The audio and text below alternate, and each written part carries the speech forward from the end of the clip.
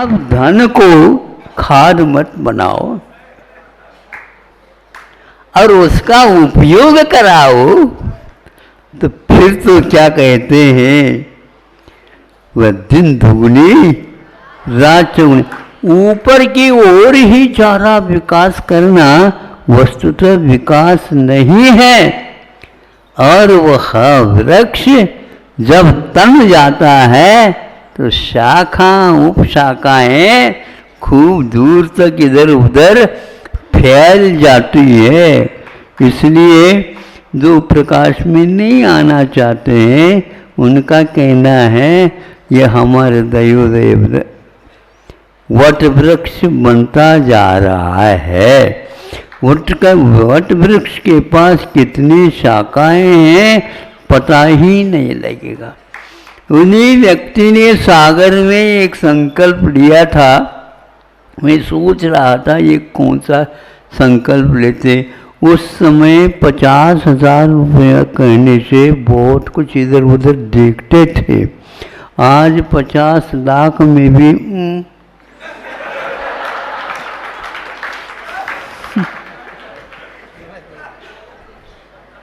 संग्रह करोगे, संग्रहणी बीमारी हो जाएगी। इसलिए संग्रह नहीं करो किंतु उसका वितरण करो, वितरण करो, वितरण करो।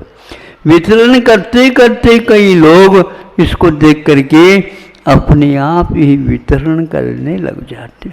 बताने की कोई आवश्यकता नहीं है।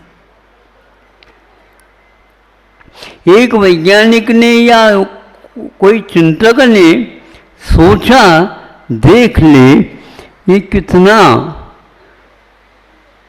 ये व्यक्ति दान देता है।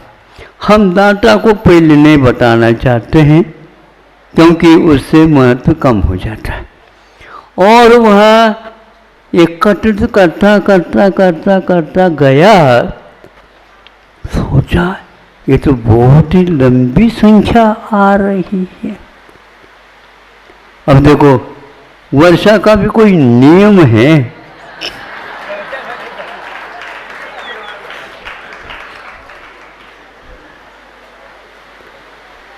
वो इन दिनों व्यवधान भी कर रहा है।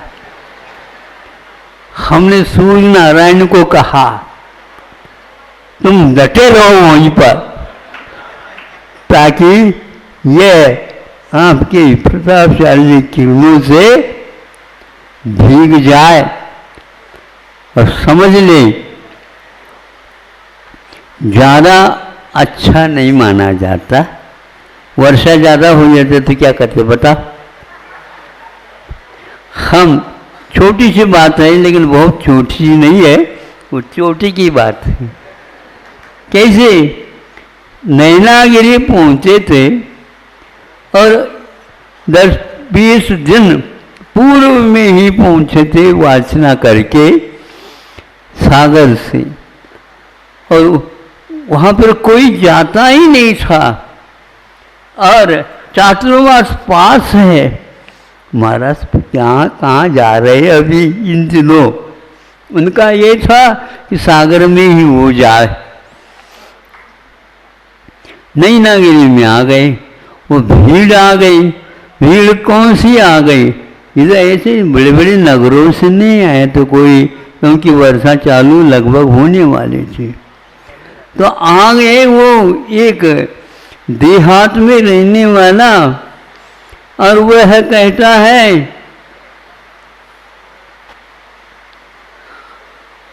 बाबा आ गए बहुत अच्छा हुआ, लेकिन हम बार बार बादलों की ओर देख रहे हैं। इसका अर्थ क्या होता है, पानी लानो है।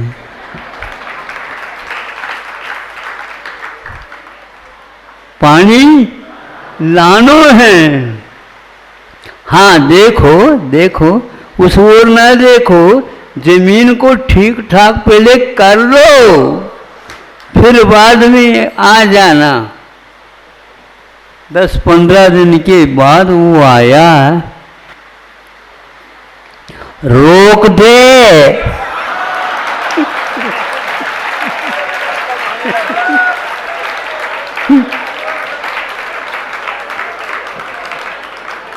हमारे पास मंत्र, रोकने का भी मंत्र वही है और लाने का भी मंत्र वही है। मंत्र सिद्ध होने के उपरांत जो आप चाहो वह कर सकते हो। तो ऐसा होता है। हमने कहा ये स्थान बहुत अच्छा लगता है। चातुर्मास हो गया, पूरा हो गया, विहार भी हो गया वहां से। ये कह रहा था तो वह चिंतक ने सोचा ये बहुत लंबा चौड़ा हो रहा है, इतना इनका योगदान है, इससे हम बहुत कुछ आगे बढ़ सकते हैं। लेकिन ध्यान रखना, यदि आप नीचे के पत्तों को नहीं निकालते, ऊपर का विकास रुक जाएगा और वह फल फूल की ओर नहीं जा पाएगा। किसान बहुत होशियार होता है, जब तक तना का माप नहीं आता तब तक उनको धीरे धीरे निकालता जाता है, और जो ही वह तना का मान पूर्ण हो जाता है त्यों ही वह छोड़ देता है। अपने आप ही शाखाएं उपशाखाएं बढ़ती जा रही है। तो उनका एक छोटा सा संकल्प था, किंतु था तो वह कायम। और 50,000 जितने भी गौशाला खुलेंगे उसी दिन उसी समय से मैं 50,000 निकालूंगा। और आज वह 50,000 क्या 50 लाख भी सरकार देने के लिए तैयार है। तो हमने कहा कि हमारे सरकार अभी चुन करके आई है, हम ऐसे आपसे सहयोग नहीं लेना चाहते हैं। चाहें तो हम आपके लिए भी सहयोग देने के लिए तैयार है। तो यह व्यक्ति कहा, उसने कहा ये तो बहुत लंबा चौड़ा जाता है, ये कहाँ से लाता इतना, इसका स्रोत क्या है। पूछा नहीं गया। तो और आगे बड़ा चिंतन करते हुए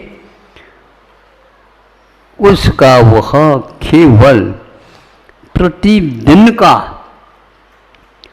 सुबह का भी और शाम का भी, और चाहे तो मध्याह्न में भी वह दुकान चलती है और ग्राहक आते रहते हैं, बंधा हुआ सब कुछ है।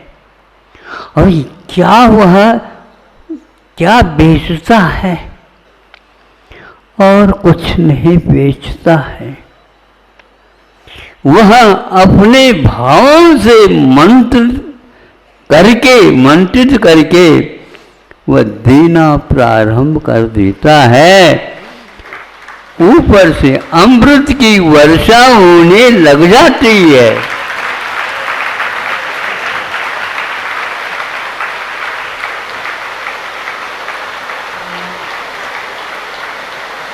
वो क्या है?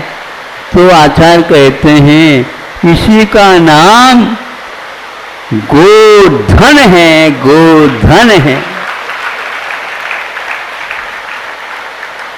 अंतिम समय तक वह इस मंत्र को छोड़ती नहीं है और खाती केवल भूसा और पीती दूध नहीं, वहाँ पानी पीती है, किंतु सरिता की पानी पीती है, सागर की ओर उसकी नजर नहीं जाती। क्योंकि सागर के कारण संग्रह होने से वह सारे बिंदु भी खारे हो जाते हैं। इसलिए सागर बड़ा है क्या, बूंद बड़ी है, बताओ बूंद। आरती तो आप सागर की उतार दे।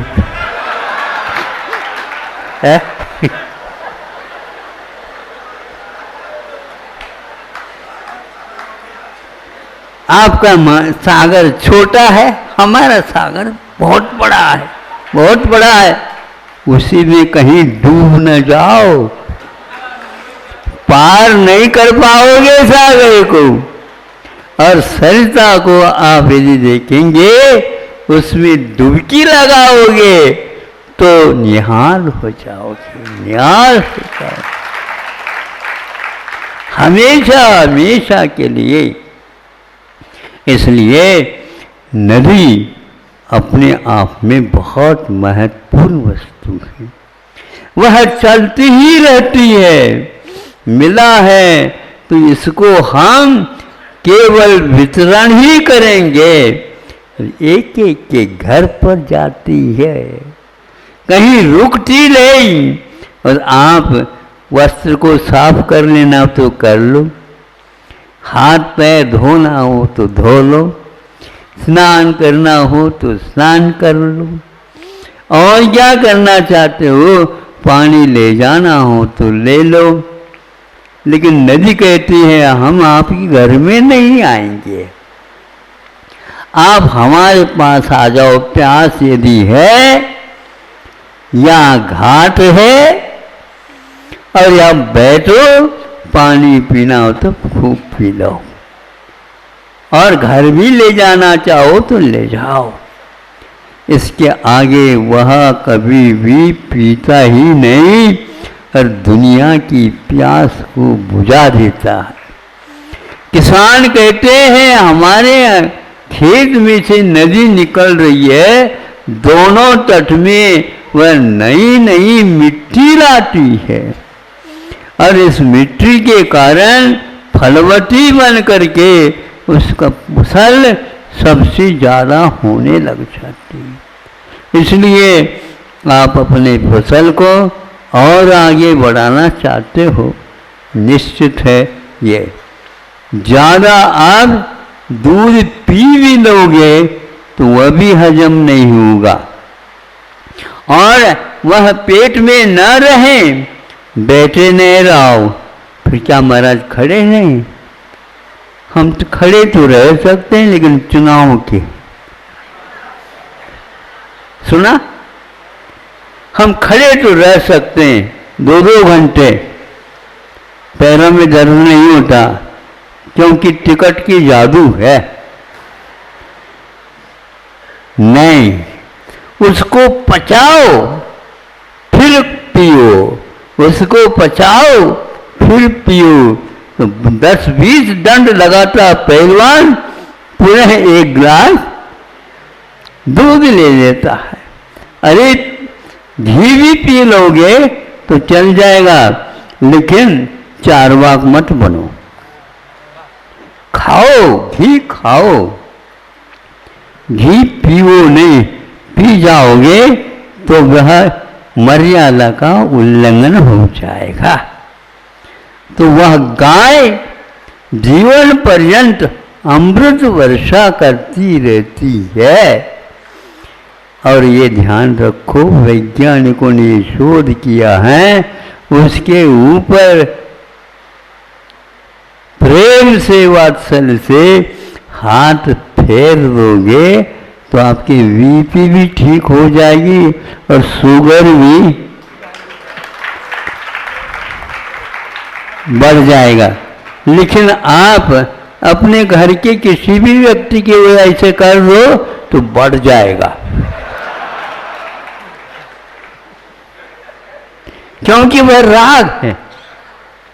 तो आज राग का दिन नहीं है। कौन सा दिन है? त्याग। अच्छा, तो यह त्याग जो करता है उसके सहवास में रहा करो।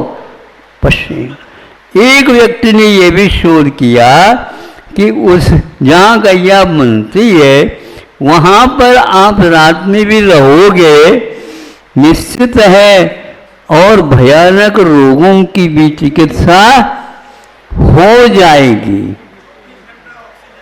बिल्कुल उसके पास सुबह से लेकर के शाम तक ऑक्सीजन है और शाम से लेकर सुबह तक भी ऑक्सीजन है।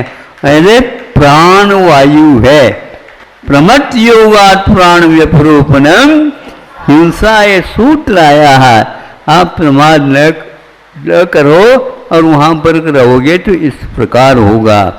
ऐसे पेड़ पौधे भी है जो केवल आपको ही प्राणवायु प्रदान करते हैं और स्वयं उससे विपरीत गैस का उपयोग कर लेते हैं। यह और आप क्या करते हैं, शुद्ध प्राण वायु ले लेते हैं और अपान वायु एक प्रकार से आपके लिए बाधक तत्व है, उसको छोड़ देते हैं। इसलिए रागी और विरागी के साथ बहुत संबंध बना हुआ रहता है, लेकिन रागी जो है एक प्रकार से राग के कारण वह न स्वयं की चिकित्सा कर सकता है और न ही पर के लिए सहयोगी दे सकता है। इसलिए महापुरुष जो कोई भी हुए हैं उन्होंने यह प्रण किया कि नहीं, इसको वितरण करते रहो, वितरण करते रहो और घर में नहीं रहे। किंतु यदि मान लो जंगल के लिए भी कहा, जब वनवास में जाओ तो वनवास के लिए भी तैयार हुए और वहाँ पर भी वनवास में भी जो कोई भी व्यक्ति मिलता है उनके लिए वे सद्भावना करते रहे और किसी को भी उससे दुख नहीं हुआ। सुना है राम पुरुषोत्तम, मर्यादा पुरुषोत्तम, इस प्रकार बाहर से जन जन को वह सुख को बांटते चले गए, बांटते चले गए। रामचंद्र वहाँ सबके लिए बांटते जा रहे हैं, बांटते जा रहे हैं और सबको खुश करते जा रहे हैं, खुश करते जा रहे हैं। राम दिन रात लोगों को ये दान देते जा रहे हैं, देते जा रहे हैं और भीतर अपने मन को डांटते जा रहे हैं, डांटते जा रहे हैं, डांटते जा रहे हैं। मन को हमेशा हमेशा डांट लगाने वाला ही महान पुरुषोत्तम बन सकता है। अपने मन को डांटते जा रहे हैं, डांटते जा रहे हैं और बाहर से प्रजा का हित करते जा रहे हैं, करते जा रहे हैं। ऐसे त्याग तपस्वी के व्यक्तित्व के लिए जो कि पुराण पुरुषोत्तम में आ जाते हैं, महाव्रतों को अंगीकार किया, ऐसे के लिए बार बार नमस्कार। अहिंसा परमो धर्म।